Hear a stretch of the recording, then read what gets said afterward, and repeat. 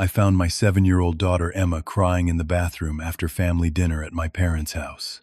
Severe bruising covered her arms. A burn mark seared her shoulder. When I asked what happened, she whispered that Uncle Marcus told her it was an accident and she should not tell anyone or she would get in trouble. My heart dropped as I realized my family, the people I trusted most, had hurt my child. I made an immediate decision that would shatter everything. I scooped Emma up without a word and headed straight for the front door. My wife Sarah grabbed my arm in the hallway, her eyes wide with panic. "Isaac, what are you doing? Where are you going?" "The hospital." "Now, wait. Can we just talk to your parents first? Maybe it was an accident. We don't want to cause drama over something that might be a misunderstanding." I stared at my wife like she had grown a second head. Our daughter had burn marks and bruises, and she wanted to have a conversation. I pulled my arm free and kept walking. Emma clutched my neck tighter as I carried her to the car. Sarah followed us outside, still pleading. "Isaac, please. It's 11 at night. Can we at least wait until morning? We can take her to our regular doctor and figure this out calmly." "No, we're going now." I buckled Emma into her car seat. Sarah stood on the driveway, arms wrapped around herself, looking terrified. Not of what had happened to our daughter, I realized with growing horror, but of what I was about to do. She was more worried about upsetting my family than protecting Emma. I drove to St. Mary's Hospital, my hands gripping the steering wheel so hard my knuckles turned white. Emma had stopped crying but sat silent in the back seat. That silence scared me more than her tears. The emergency room was quiet for a Friday night. A nurse took us back immediately when I mentioned suspected child abuse. Within minutes, a doctor appeared. Her name tag read, Dr. Hampton. She was maybe 50 years old with kind eyes that had probably seen too much. "Hi, Emma. I'm Dr. Hampton. Your dad brought you in because he's worried about you. Can I take a look at where you're hurting?" Emma nodded but would not speak. Dr. Hampton examined her carefully, documenting the bruises on her arms, the burn on her shoulder that looked exactly like it came from a hot pan or stove element. She took photographs. She measured. She asked gentle questions that Emma mostly answered with nods or head shakes. After about 40 minutes, Dr. Hampton asked me to step outside the examination room. "Mr. Turner, I need to show you something." She pulled up x-rays on a computer screen in the hallway. My stomach dropped before she even started explaining. "These are your daughter's ribs. Do you see these two areas here and here?" She pointed to faint lines on 2 ribs on Emma's left side. "Those are old fractures, healed fractures. Based on the bone density and healing pattern, I'd estimate they occurred approximately 3 to 4 months ago." The hallway tilted. I grabbed the wall to steady myself. 3 to 4 months? How is that possible? She never said anything. She never complained about pain. Children often don't report injuries, especially if they've been told not to. "Mr. Turner, I have to ask you directly. Do you know how these injuries occurred?" "No. I swear to you, I had no idea. None. We have family dinners at my parents' house every Sunday. My mother always insists on spending time alone with Emma in the kitchen while we're there. She says it's grandmother-granddaughter bonding time." Oh God. The realization hit me like a truck. Every Sunday for the past 6 months, my mother Eleanor had taken Emma into the kitchen for what she called cooking lessons. Emma had started becoming quieter after those dinners. She stopped wanting to go. I thought she was just being moody, going through a phase. What kind of father was I? Dr. Hampton put a hand on my shoulder. "Mr. Turner, I'm legally required to report this to Child Protective Services and law enforcement. These injuries are consistent with deliberate abuse, not accidents. The burn is fresh, probably from today. The bruising is in various stages of healing, which suggests multiple incidents over time. Combined with the old rib fractures, we're looking at a pattern. Do whatever you need to do. Please. I need to know everything that happened to her." Dr. Hampton nodded and made a phone call. Within 30 minutes, a police officer arrived. His name was Officer Rodriguez, and he had a gentle manner that put me slightly at ease. He took my statement first, then spoke with Emma, while Dr. Hampton and a child advocate stayed with her. When they finished, Officer Rodriguez pulled me aside again. "Your daughter disclosed multiple incidents of abuse. She described your brother Marcus grabbing her arms hard enough to bruise multiple times. She said your mother Eleanor burned her with a hot pan as punishment for dropping a dish. She also said your father Gerald locked her in a basement for what he called talking back. I felt like I was going to vomit. These were my parents, my brother, people I had known my entire life, people I loved and trusted. She said they all told her it was her fault, and that she would get in trouble if she told anyone. Children often protect their abusers, especially when those abusers are family members they're supposed to trust. What happens now? We're going to contact your family tonight for questioning. I'll be honest with you, Mr. Turner. This is going to get very difficult. Family abuse cases are complicated. But you did the right thing bringing her here. Sarah arrived at the hospital around 1 in the morning. She looked terrified and angry at the same time. She found me in the waiting room while Emma was getting a final examination. Isaac, what have you done? Your mother has called me 6 times.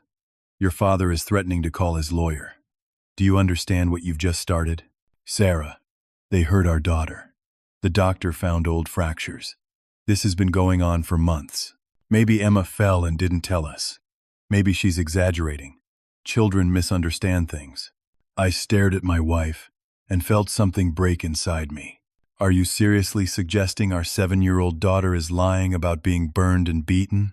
I'm saying we should have talked to your family first before involving the police and hospitals and making this into a huge thing. Now everyone is going to know. Everyone. Do you understand how humiliating this is? Humiliating? Our daughter was abused and you're worried about being embarrassed? Sarah's face crumpled and she started crying.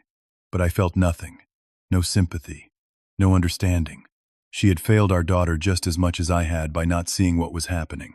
The difference was I was trying to fix it now, and she wanted to sweep it under the rug. Officer Rodriguez told me they would be visiting my parents' home within the hour. He advised me to take Emma home and try to let her rest. He gave me a card for a child therapist and said someone from CPS would be in contact within 48 hours. I drove home with Emma asleep in the back seat and Sarah silent and furious in the passenger seat. When I carried Emma inside and tucked her into bed, I sat beside her for a long time, watching her sleep and hating myself for not protecting her sooner. My phone sat on the kitchen counter, lighting up every few minutes with calls and texts from my family. I did not answer any of them. At 3 in the morning, I finally looked at the messages. 15 missed calls from my mother Eleanor, 12 from my father Gerald, 8 from my brother Marcus. Text messages from aunts, uncles, cousins I had not spoken to in years. All of them saying the same things. How could I do this? How could I betray the family? How could I believe a child over them? The last voicemail from my father made my blood run cold. You just made the biggest mistake of your life, Isaac. You betrayed this family. We will not let you destroy us with lies. You'll regret this. That night, I did not sleep at all. Morning came too quickly. I made Emma breakfast while Sarah got ready for work in silence. Emma picked at her pancakes, not eating. She kept looking toward the door like she expected someone to burst through it. Nobody's coming, sweetheart. You're safe here. Are Grandma and Grandpa mad at me? My heart broke into smaller pieces. No, baby. None of this is your fault. None of it. Do you understand me? She nodded, but did not look convinced. Sarah left for her shift at Riverside Medical Center without saying goodbye to either of us. The sound of the door closing echoed through the house. My phone rang at 9 in the morning. Officer Rodriguez. Mr. Turner, we need to talk. Can you come down to the station? Is something wrong? Did you talk to my family? We did. There's been a development. It would be better to discuss in person. I called my neighbor, a retired teacher named Grace, to stay with Emma.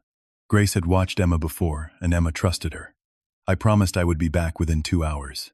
At the police station, Officer Rodriguez led me to a small interview room. My stomach was in knots.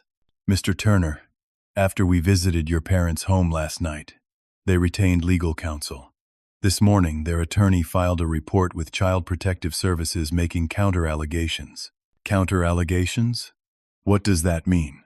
They're claiming that you are the one who has been physically abusing Emma, and that you're trying to frame them to cover up your own actions. The room spun. I gripped the edge of the table. That's insane. That's completely insane. The doctor found evidence. Emma told you what happened. I understand this is shocking, but I need you to know what we're dealing with. Your family has provided statements from multiple witnesses claiming they've observed concerning behavior from you toward Emma. What witnesses? Who would say that? Officer Rodriguez slid a folder across the table. Inside were printed statements. I read them with growing horror. My cousin Diane claimed she saw me roughly grab Emma's arm at a birthday party last year and drag her to the car. My sister-in-law Jennifer said Emma once told her she was scared of me when I got angry. A neighbor whose name I barely recognized said he heard yelling coming from our house on multiple occasions. Every single statement was either a complete lie or a gross distortion of reality. Yes, I had taken Emma's arm firmly at a birthday party because she was about to run into the street chasing a ball. Yes, I had raised my voice at home because Emma had almost touched a hot stove. Normal parenting moments twisted into evidence of abuse. This can't be happening. They're lying. All of them. Mr. Turner, I believe you. The medical evidence supports your account. But Child Protective Services is required to investigate all reports. They're assigning a caseworker who will need to interview you, your wife, and your daughter. Until the investigation is complete, there may be temporary safety measures put in place. What kind of measures? That will be up to CPS to determine. I'm sorry. I know this isn't what you wanted to hear. I left the police station feeling like I was drowning. I called the only lawyer I knew, a guy named Howard Price who had handled my mortgage paperwork 3 years ago. He listened to my situation and sighed. Isaac, I'm a real estate attorney. This is way outside my expertise. You need a criminal defense lawyer who specializes in family law cases. I can give you a name, but I have to warn you, this kind of representation is expensive. He gave me the name Derek Shaw. I called immediately and was told the consultation fee alone was $2,500, with a retainer of $10,000 if I hired him. I had maybe $6,000 in savings. My insurance did not cover legal fees. I drove home in a daze. When I pulled into my driveway, my parents' car was parked on the street. My mother Eleanor and father Gerald stood on my front porch. Grace was visible through the front window with Emma, both of them looking scared. I got out of the car slowly. You need to leave. Now. My mother's face was red and blotchy from crying. Real tears or performance? I could not tell anymore. How could you do this to us, Isaac? We've loved Emma since the day she was born. We would never hurt her. She misunderstood normal discipline. Children need structure and consequences. Normal discipline? You burned her.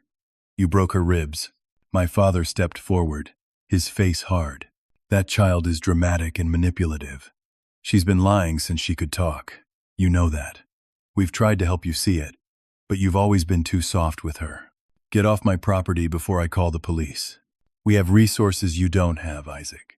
Connections. Friends in every corner of this town. You're making an enemy of your entire family, and you will regret it. We will not let you destroy our reputation with these lies. Eleanor grabbed Gerald's arm. Come on, Gerald.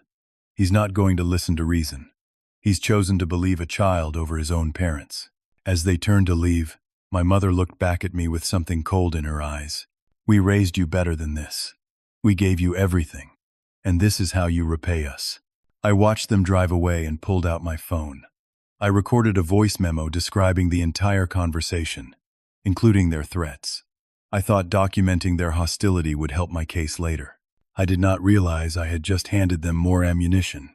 The CPS caseworker arrived 2 days later. Her name was Miss Thornton, a woman in her 40s with a clipboard and an expression that gave away nothing. She spent 3 hours at our house, interviewing Emma separately in her bedroom, then me in the kitchen, then Sarah in the living room. Emma barely spoke during her interview. I could hear Miss Thornton's gentle questions through the door and Emma's one-word answers. The shutdown scared me. This was not my chatty, curious daughter. This was a child who had learned that talking got her in trouble. When Miss Thornton interviewed me, I showed her the hospital records, Dr. Hampton's notes, the x-rays. I explained everything in detail. She took notes without comment. Mr. Turner, I need you to understand that my job is to determine what's safest for Emma. I've reviewed the medical evidence and the police reports. I've also reviewed the counter-allegations filed by your parents. Those allegations are lies. Complete fabrications. I understand you believe that. However, your family has provided extensive documentation to support their claims. 12 character references from members of Grace Community Church, a letter from their pastor, Reverend Paul Donovan, and statements from 2 teachers at Emma's school describing you as having an aggressive demeanor at parent-teacher conferences. Me, I've dropped. I've never been aggressive at school meetings. Never. One time I raised my voice slightly when a teacher said Emma was falling behind and needed to repeat 2nd grade. I was advocating for my daughter. I'm not making any judgments, Mr. Turner. I'm telling you what information has been presented. Your brother Marcus also submitted photographs from a family barbecue 2 years ago showing what appears to be a physical altercation between you two. That was a joke. We were wrestling over who got the last burger. It was all in fun. This is unbelievable. Miss Thornton closed her folder. Until this investigation concludes, I'm recommending supervised visitation only between you and Emma.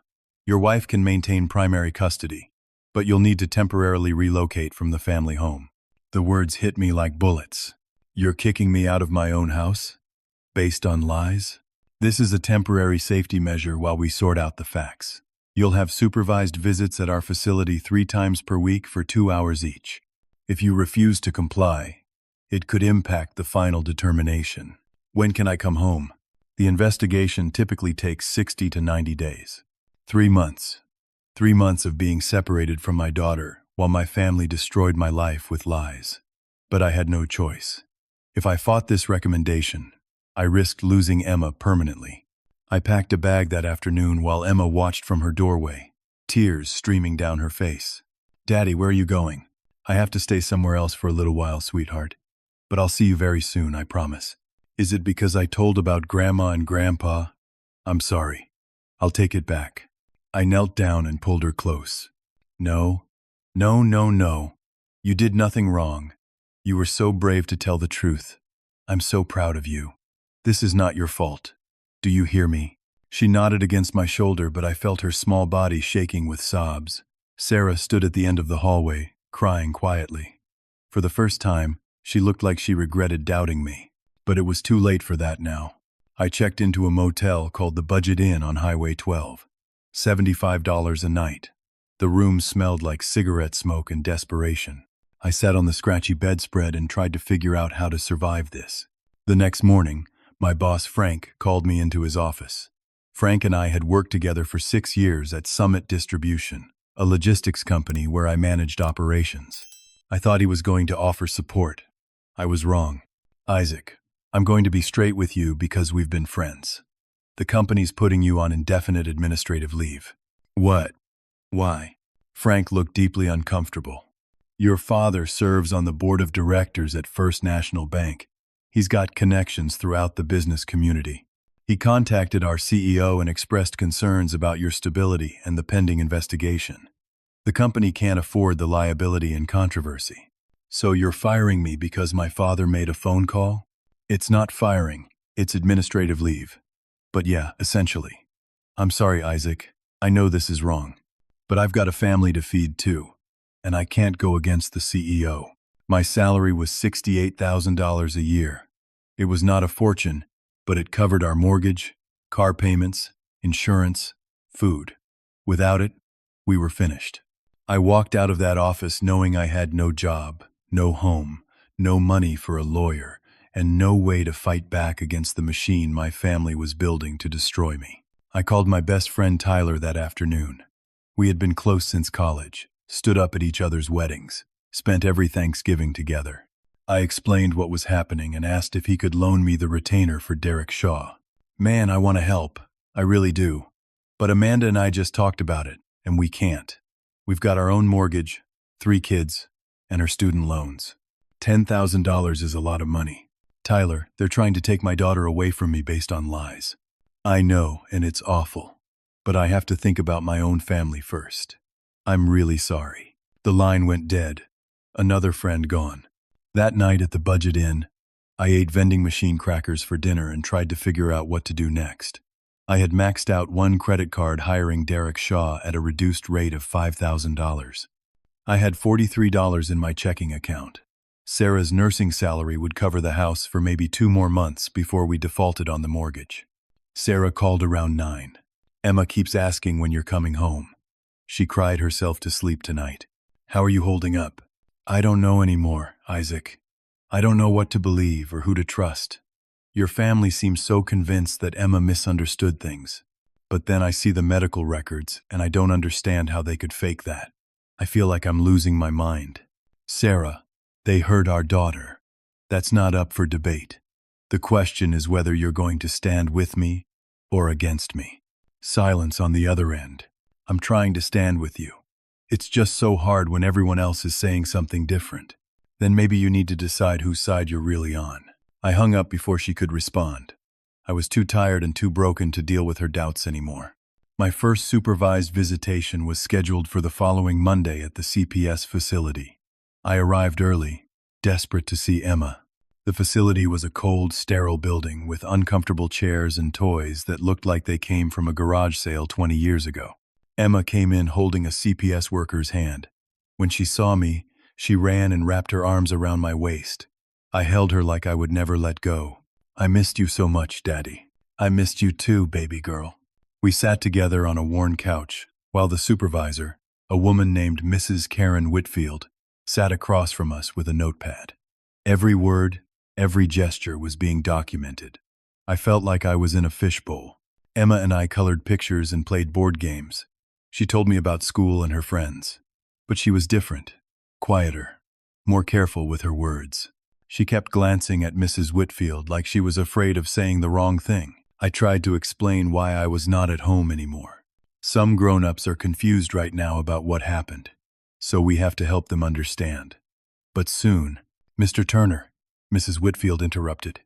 "You're not allowed to discuss the case with Emma during supervised visits.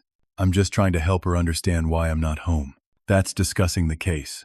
Please stick to neutral topics." The 2 hours felt like both an eternity and 30 seconds. When the visit ended and Emma had to leave, she clung to me crying. It took Mrs. Whitfield and another worker to gently peel her away. Watching my daughter being taken from me was the worst feeling of my life. I drove past my parents' house on the way back to the motel. I did not plan to. My car just seemed to go there on autopilot. Multiple vehicles were parked in their driveway. I recognized my brother Marcus's truck, my Aunt Linda's sedan, my Uncle Paul's SUV. They were organizing something. My phone rang. It was Andrew, a guy I had grown up with in the neighborhood. We had drifted apart over the years, but still texted occasionally. "Isaac, I need to tell you something. I know your parents are furious with me for still talking to you, but this is important." "What's going on?" "Your family hired Richard Caldwell. Do you know who that is?" "No. He's a defense attorney, former prosecutor. He's known for absolutely destroying people in court. He's got connections to half the judges in the county and every law enforcement officer who matters. If your parents hired him, they're going all out." My stomach dropped. "There's more. Marcus has been posting all over social media. Facebook, the neighborhood forums, everywhere. He's painting you as this unhinged person who falsely accused his loving family because you're mentally unstable. He's what? Check your Facebook, man. It's bad." I pulled over and opened the Facebook app on my phone. I had not checked it in days. My notifications were in the hundreds. I went to Marcus's page and found post after post, each one more damaging than the last. One post read, "Sometimes the people you love most turn on you with false accusations. Praying for truth and justice to prevail. Our family will survive this attack." The comments were filled with support from church members, neighbors, people I had known for years. Everyone believed him. Another post showed a photo of our family from Christmas 3 years ago, all of us smiling, with a caption, "Remembering when our family was whole." So heartbroken over lies being spread about us. Hundreds of likes, hundreds of shares. My family's version of events was spreading like wildfire through our community. I checked my own friend list and realized dozens of people had unfriended me.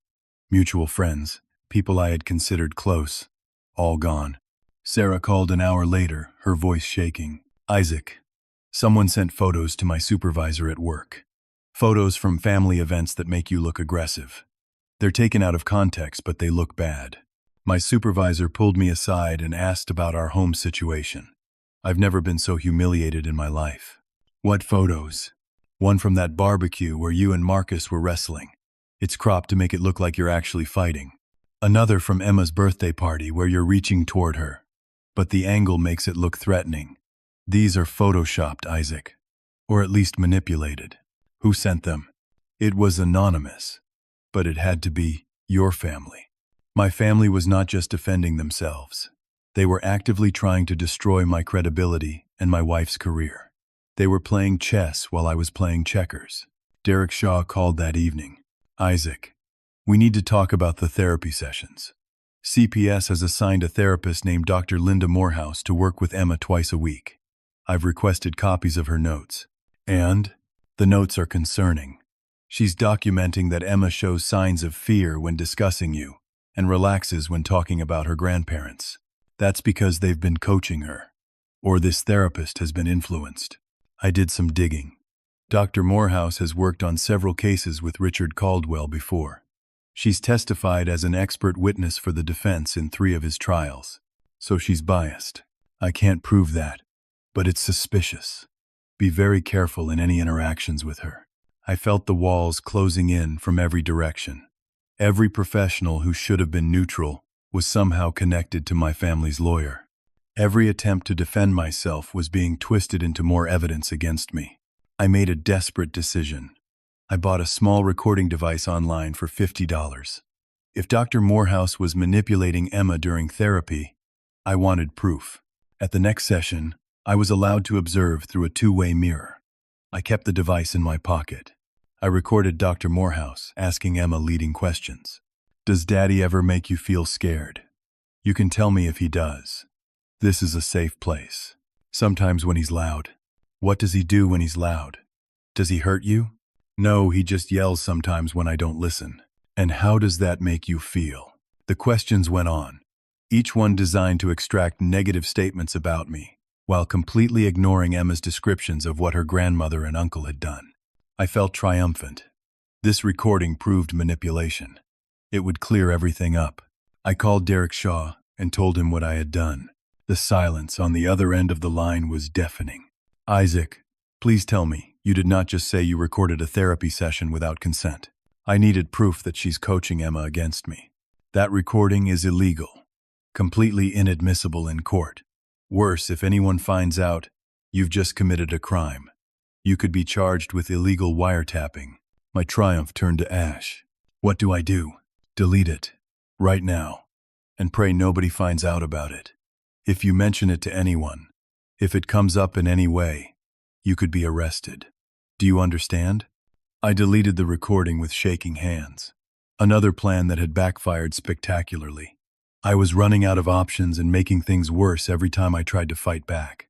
The motel room became my prison over the next 2 weeks. I had not showered in 3 days. I barely ate. My credit cards were maxed. I had $43 in my bank account and no income. Derek Shaw's bill was growing every day. I was drowning in legal fees, motel costs, and the weight of knowing I was losing everything. Derek called with news that made my blood run cold. Richard Caldwell is filing criminal charges against you. For what? Harassment, stalking, defamation, and illegal recording. How do they know about the recording? I don't know. But somehow they found out. The charges could result in jail time, Isaac. We need to prepare for a court appearance in 10 days. I can't go to jail. I'll lose Emma forever if I go to jail. Then we need to be very careful about how we proceed. I hung up and stared at the water-stained ceiling of my motel room. I thought about just giving up. Maybe everyone was right. Maybe I was the problem. Maybe I should just walk away and let Emma have a normal life without me destroying everything. My phone buzzed. A text from Sarah. You need to come to the house. Now. Emma had a breakdown. I drove 90 miles per hour down Highway 12. When I pulled into my driveway, Sarah opened the door before I could knock. Her face was red from crying. She's in her room. She won't stop crying. She finally told me something new. We went upstairs together. Emma was curled up on her bed, clutching her stuffed rabbit. When she saw me, she launched herself into my arms. "Daddy, I'm sorry. I'm so sorry." "Sweetheart, what are you sorry for?" Between sobs, she told us. Marcus had threatened her. He told her that if she ever talked about the games he played, which was his word for the abuse, he would hurt Mommy. He told her Daddy would go to jail if she kept lying. He told her it was all her fault that the family was broken. Sarah sank to the floor, her back against Emma's dresser, and broke down completely. "Oh God, Isaac, I'm so sorry. I'm so sorry I doubted you. I'm so sorry." But even this revelation could not fix things. Sarah had more devastating news. Miss Thornton called today. She's recommending Emma be placed in foster care temporarily. She says both our home and your parents' home are unstable environments right now. No, absolutely not. They're not taking her into the system. Isaac, I don't know how to stop it. They have the power to do this. I held Emma while Sarah cried on the floor and the entire world collapsed around us. We had tried to protect our daughter and instead we were losing her to bureaucracy and lies. That night, after Emma finally cried herself to sleep, there was a knock at the door. Sarah answered it while I stayed with Emma. An elderly woman stood on the porch. I recognized her immediately. Mrs. Dorothy Fisher, age 73. She had lived next door to my parents for 40 years. I had known her my entire childhood. Sarah brought her inside. Mrs. Fisher's hands shook as she held a manila envelope. I saw the news coverage. I couldn't stay silent anymore. "I've known your family a long time, Isaac. I've seen things I should have reported years ago, but I was afraid. Your father has a lot of influence in this town." She opened the envelope and spread documents across the kitchen table. Journals, photographs, evidence spanning decades. I kept journals documenting incidents I witnessed between your parents and your older sister Carolyn before she died. Carolyn, my sister who died in a car accident 8 years ago. We never talked about her much. The grief was too heavy. What kind of incidents? Your father's temper. Your mother's cruelty. I saw Carolyn with bruises more than once. I heard screaming from your house. I witnessed your father drag Carolyn outside by her hair when she was 16. I felt sick. Why didn't you say something? I was a coward. I'm ashamed of that. But I'm not staying silent anymore. She pulled out a photograph from a neighborhood gathering 3 years ago. In the background, barely visible, Marcus had his hand on Emma's arm. Even in the photo, you could see how tight his grip was, how Emma was trying to pull away. I didn't even realize I had captured this until I went through my old photos last week. There's more. I'm willing to testify to everything I've seen. I'm willing to give you all of this evidence. For the first time in weeks, I felt a glimmer of hope. This was real evidence from an unbiased witness. This could change everything.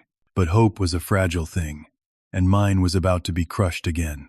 "There's something else you should know," Mrs. Fisher said. "I contacted the police about this. They told me to reach out to CPS. I spoke with Miss Thornton yesterday. She said she'd review my evidence, but that it would take time to investigate these historical claims. She said it wouldn't impact the current recommendation for foster placement." The glimmer died. I made one last desperate decision. I contacted a journalist named Brian Torres who worked for the local newspaper, the Valley Chronicle. Brian had written exposés on corruption and cover-ups before. If I could get the story out publicly, maybe the pressure would force people to pay attention. Derek Shaw was horrified when I told him, "Isaac, going public could backfire in a massive way. If the story paints you negatively, if Richard Caldwell spins it, you could lose everything." "I'm going to lose everything anyway. At least this way I'm fighting back." Brian agreed to meet me the next day. I brought all the evidence. Hospital records, Dr. Hampton's notes, Mrs. Fisher's journals and photographs, the timeline of events. I laid it all out. Brian listened carefully, asked good questions, and promised to investigate thoroughly. "This is a big story. Give me 3 days." Those 3 days were the longest of my life. I waited to see if the article would save me or destroy me. On the 3rd day, I got a phone call from Derek Shaw. His voice was tight with anger. "Richard Caldwell got a restraining order against you. On behalf of your entire family, You're now legally prohibited from being within 500 feet of your parents, Marcus, or their homes. You can't contact them. You can't mention them publicly. Violating the order means immediate arrest. How? I didn't even know there was a hearing. That's the problem. The hearing was rushed through by a judge who's friends with Caldwell. You weren't properly notified. By the time I found out about it, the order was already signed. I wanted to scream. Every time I tried to fight back, they shut me down with legal maneuvers I could not counter. They had money, connections, power. I had nothing. That night, sitting in my motel room, I called the suicide prevention hotline. I did not have a plan, but I had thoughts. Dark thoughts about how much easier it would be if I just stopped existing. The person on the other end talked me down, reminded me that Emma needed me, that giving up meant letting my family win, that there was still a chance for justice. I hung up and stared at the wall until sunrise. I did not sleep. I just existed in that space between hope and despair, waiting to see which way I would fall. Brian Torres published his first article on a Tuesday morning. The headline read, "Local Families' Dark Secrets, Allegations of Child Abuse, Cover Up." The article was balanced and thorough. It included Mrs. Fisher's testimony, excerpts from the medical records with names redacted, and a timeline of events. It quoted me anonymously as the father fighting for his daughter and explained the CPS investigation and counter-allegations. Within hours, the article had been shared thousands of times across social media. Comments flooded in. Some supported me. Many attacked me. But at least people were talking about it. Brian called me that afternoon. "Isaac, I've been getting tips. Other families are coming forward. Privately, not publicly yet. But they're describing similar experiences with your extended family." "What kind of experiences?" "One family says Marcus babysat their son 6 years ago. The kid showed signs of trauma afterward, but they were too afraid to report it because Marcus was training to be a youth counselor at the time, and they didn't want to ruin his career over what they called a misunderstanding. My brother had been preparing to work with children. If that family had spoken up 6 years ago, Emma might have been spared." There's more. Another family says your mother ran a church daycare 15 years ago. Multiple parents complained about harsh discipline. There are records of complaints filed with the church leadership, but nothing was ever reported to authorities. The church just quietly shut down the daycare. 15 years of warnings. 15 years of people seeing something wrong but staying quiet. And Emma had paid the price. I'm writing a follow-up article. This is bigger than one family. This is about a pattern of abuse and institutional cover-up. Brian's second article dropped 3 days later. The headline, "Pattern of Abuse Allegations Spanning Decades." The community erupted. Half the town supported me and condemned my family. The other half defended them as upstanding church members being slandered by vengeful liars. Grace Community Church issued a statement standing firmly behind my parents. Pastor Paul Donovan called the allegations a spiritual attack on a godly family. The division was complete. Friends turned on friends. Neighbors stopped speaking to each other. Our small town became a war zone. And then my family struck back with everything they had. Richard Caldwell called a press conference on the courthouse steps. Every local news station showed up. Cameras rolled as Caldwell stood behind a microphone, my parents and Marcus flanking him on either side. "Good afternoon. I'm here to address the slanderous accusations that have been published in recent days. My clients, the Turner family, are upstanding members of this community who have been viciously attacked by their troubled son." He went on for 20 minutes. He presented edited video clips of me at family gatherings, the footage manipulated to make me appear aggressive and unstable. He played audio snippets taken out of context where I sounded angry. He claimed I had a history of mental health issues, which was a complete fabrication. He announced that I was being charged with criminal harassment, stalking, defamation, and unlawful recording. He presented his so-called evidence, which was a combination of lies, distortions, and technically true statements twisted beyond recognition. Mr. Turner has weaponized his own daughter in a crusade to destroy his family because of unresolved psychological issues. We will prove in court that he is the one who has been abusing this child, and that he has orchestrated this entire scenario to avoid taking responsibility for his own actions. My phone exploded with notifications. The video went viral. By evening, it had been viewed 50,000 times. The comments were brutal. This guy should be in jail. How could anyone believe him over those poor parents? That little girl needs to be taken away before he kills her. Sarah called me sobbing. Someone sent the press conference video to everyone at the hospital. My coworkers are looking at me like I'm married to a monster. My supervisor wants to meet with me tomorrow about whether I can continue working there. 2 hours after the press conference, the police arrived at my motel room.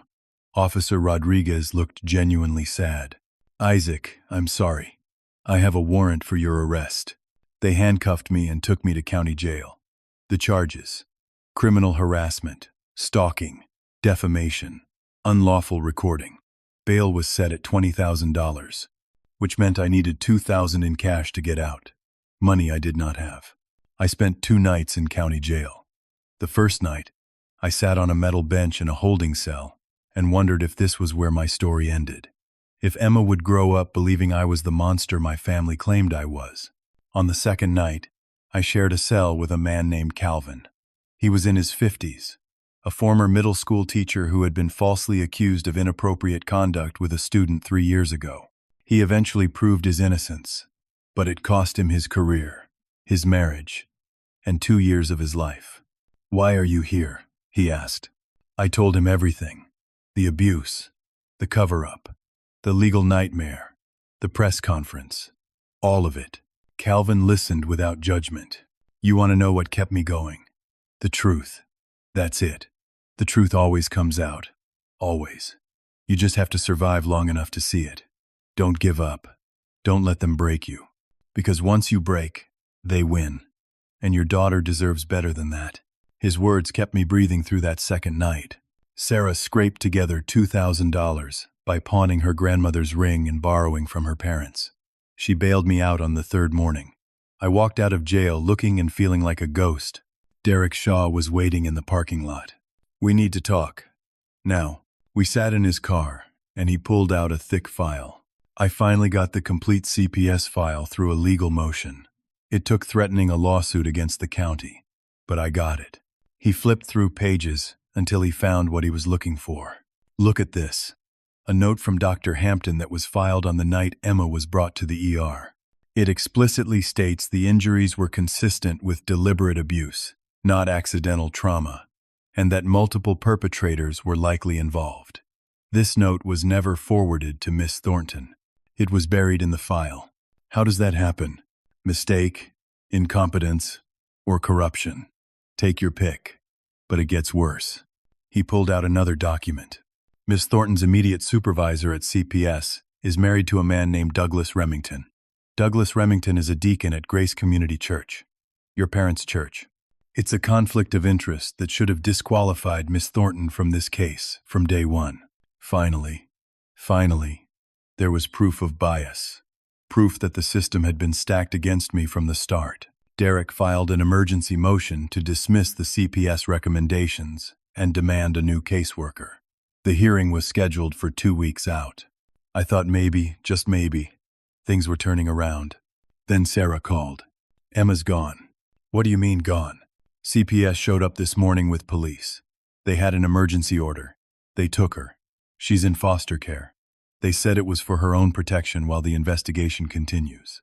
I raced to the CPS office. Security stopped me at the door. The building was within 500 feet of where Gerald worked at the bank. The restraining order meant I could not enter. I stood outside in the parking lot as rain started to fall. I could see the building where my daughter was being processed like a criminal, placed with strangers, ripped away from everything she knew. I fell to my knees right there in the parking lot and wept. Not quiet crying, gut-wrenching, animal sounds of grief and rage and absolute helplessness. People walked past me. Some looked concerned. Most looked away. I was a spectacle, a broken man in a parking lot in the rain. I had lost my job, my home, my reputation, my freedom, and now I had lost my daughter. This was the bottom. This was as low as a person could go, and yet somehow I had to find the strength to keep fighting. The hearing for Derek's emergency motion took place 12 days later. The judge was Patricia Moreno, a woman in her early 60s known throughout the county for her dedication to children's rights. Richard Caldwell had tried to get her recused, claiming bias, but failed. Judge Moreno spent 4 hours reviewing every document in the case. The hospital records, Dr. Hampton's buried note, Mrs. Fisher's testimony and journals, the evidence of the conflict of interest with Miss Thornton's supervisor, the statements from the other families who had come forward to Brian Torres. She called both sides into her chambers. I sat next to Derek, across from Richard Caldwell, my parents, and Marcus. We were in the same room for the first time since this all began. I did not look at them. I could not. Judge Moreno spoke calmly but firmly. I've seen a lot of cases in my 30 years on the bench. This one disturbs me more than most. There are serious questions about how this investigation was conducted and whether the child's best interests were truly prioritized. Richard Caldwell tried to interject. Judge Moreno cut him off. I'm not done. I'm ordering an independent medical evaluation by a doctor with no prior connection to either party. I'm ordering a forensic psychologist to evaluate all family members. And I'm removing Miss Thornton from this case due to the conflict of interest that should have been disclosed from the beginning. Over the next 6 weeks, we went through the new evaluations. A pediatric abuse specialist named Dr. Raymond Cho examined Emma and reviewed all the medical evidence. He concluded definitively that Emma's injuries were consistent with abuse by multiple perpetrators and that the pattern of injuries supported her account of what happened. A forensic psychologist named Dr. Susan Garrett interviewed everyone. Emma, May, Sarah, my parents, Marcus. She spent 3 sessions with Emma, building trust, using age-appropriate techniques to understand what had really happened. Her report was devastating to my family's case. She concluded that Emma showed clear signs of trauma related to abuse by her grandmother, grandfather, and uncle. She found no evidence of abuse by me. She noted that Emma's fear and withdrawal during earlier interviews was consistent with a child who had been threatened and manipulated into silence. During this time, Brian Torres continued investigating. He uncovered that Marcus had a sealed juvenile record from when he was 17. A girl at his high school had reported that he pushed her down a flight of stairs. The charges were dropped after Gerald paid the family $20,000 to make it go away. A source leaked the records to Brian. The article ran with the headline, "Decades of Warnings, Ignored." Public opinion began to shift. People who had supported my family started asking questions. How many other victims were there? Why did the church cover things up? What else had been hidden? The church board voted to remove Pastor Donovan for his role in covering up the old daycare complaints. An independent investigation revealed he had received multiple reports about my mother's treatment of children and had never escalated them beyond internal church discipline. Richard Caldwell's tactics came under scrutiny when one of the other families he represented came forward with allegations of witness intimidation. The local bar association opened an investigation into his conduct. Everything was unraveling for my family, just as everything was coming together for me. Judge Moreno called a final hearing. Based on the independent evaluations, she made her ruling. It is the finding of this court that Emma Turner was subjected to physical and emotional abuse by her paternal grandmother Eleanor Turner, grandfather Gerald Turner, and uncle Marcus Turner. The allegations made by Isaac Turner are substantiated by medical evidence, expert testimony, and multiple credible witnesses. She turned to my parents and Marcus. You will have no contact with Emma Turner. No phone calls, no letters, no third-party communication. If you attempt any contact, you will be arrested for violating this court order. She turned to me. Mr. Turner, all supervised visitation restrictions are lifted. Full custody is awarded to you and your wife jointly. I'm also recommending that the district attorney's office pursue criminal charges against the responsible parties. I could barely breathe. It was over. We had won. The criminal charges followed quickly.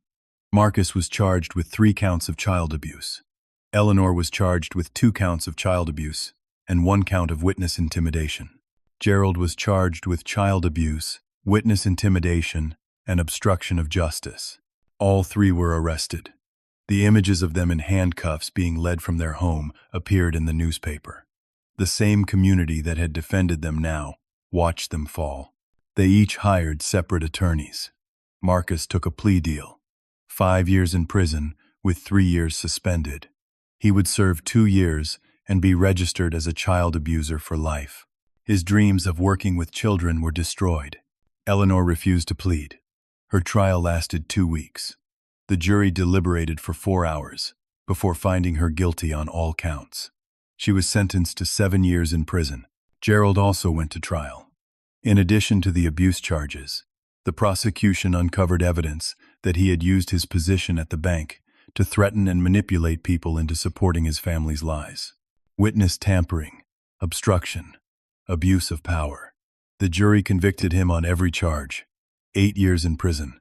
Richard Caldwell was disbarred 6 months later after the bar investigation uncovered a pattern of unethical conduct across multiple cases.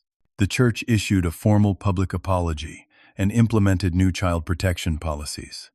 They settled lawsuits from 3 other families who came forward with their own stories of abuse that had been covered up. Sarah and I went to marriage counseling.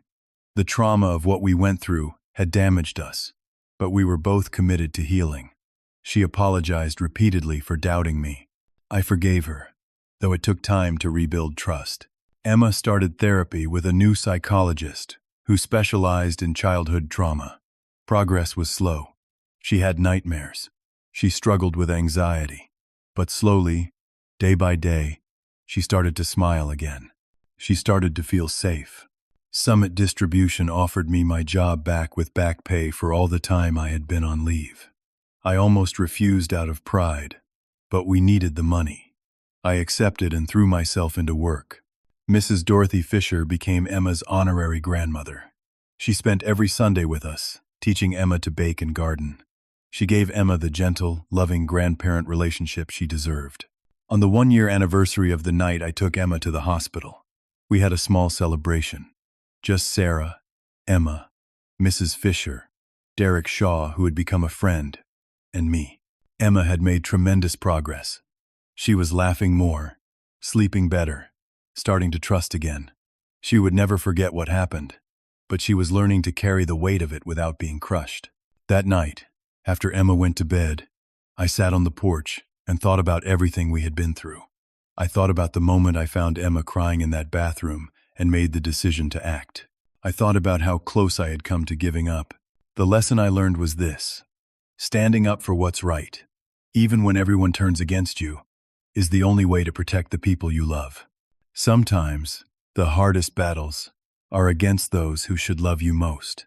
But the truth, no matter how painful, no matter how long it takes to emerge, will always be worth fighting for. Justice may be slow. The fight may cost you everything. But protecting your child is worth any price. I started a local advocacy group called Safe Harbor. It helps parents navigate the nightmare of CPS investigations and family abuse cases. We provide legal resources, emotional support, and guidance based on what I learned during my own journey. We have helped 17 families so far. Some cases end well, some do not. But we fight for every single child, because they all deserve someone who will stand up for them no matter the cost. Emma is 9 years old now. She plays soccer, loves reading, and wants to be a veterinarian when she grows up. She still has hard days. We all do, but we're healing together. And every single day, I'm grateful I found the courage to take her to that hospital, to press charges, to refuse to stay silent. Because that's what real love looks like. Not keeping the peace, not protecting reputations, but protecting the innocent, even when it destroys everything else. I'd like to hear from you. Have you ever had to make an impossible choice to protect someone you love? What would you do if you found yourself in a situation where family loyalty conflicted with doing what's right? Leave your thoughts in the comments below. Your story might help someone else who's facing a similar struggle. If this story resonated with you, please consider hitting the like button and subscribing. Share this with someone who might need to hear it. Sometimes people need to know they're not alone in fighting these battles. Thank you for listening to my story. I know it was painful to hear, but these stories need to be told. Silence protects abusers. Truth protects children. Take care of yourselves and each other. And remember, if you see something, say something. It might save a life.